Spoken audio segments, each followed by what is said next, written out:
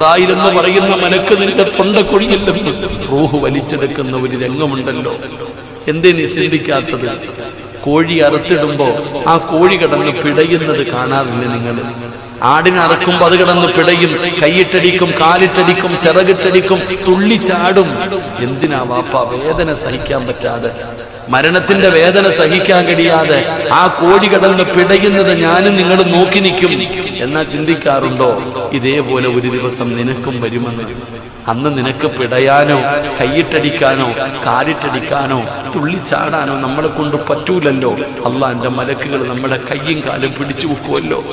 നമ്മുടെ കയ്യും കാലും മലക്കുകൾ പിടിച്ചു വെക്കുന്ന ഒരു ദിവസം നമുക്ക് വരാനുണ്ടെന്ന് ചിന്തിക്കാത്ത ആ മരിക്കുന്ന സമയത്ത് അള്ളാഹു നിന്നോട് കരുണ കാണിക്കാൻ, അള്ളാന്റെ സ്വർഗം കണ്ട് ലാ ഇലാഹ ഇല്ലല്ലാഹ് എന്ന ഷഹാദത്ത് കലിമ പറഞ്ഞു മരിക്കാൻ നീ എന്ത് ചെയ്തു വെച്ചിട്ടുണ്ട്?